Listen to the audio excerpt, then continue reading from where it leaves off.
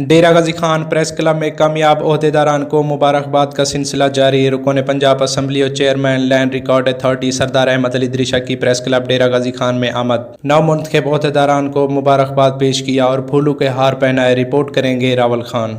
Press club डेरा गाजी खान के election के 13वीं रोज़ भी मुबारकबाद का सिलसिला जारी। नौ मुंतखब ओहदेदारान, सदर, जनरल सेक्रेटरी समेत दीगर ओहदेदारान और ग्रुप सरबराहान को मुबारकबाद दी और फूलों के हार पहनाए। सदर प्रेस क्लब सरदार शेरफगन बुज़दार ने आने वाले मेहमानों का शुक्रिया अदा किया और आज़ादी सहाफ़त के बारे में सहाफ़ियों को दरपेश मसाइल से आगाह किया। इस मौके पर हुकूमती MPA सरदार अहमद अली दृशक ने गुफ्तगू करते हुए कहा है कि सहाफ़ी माशरे की आँख होता है।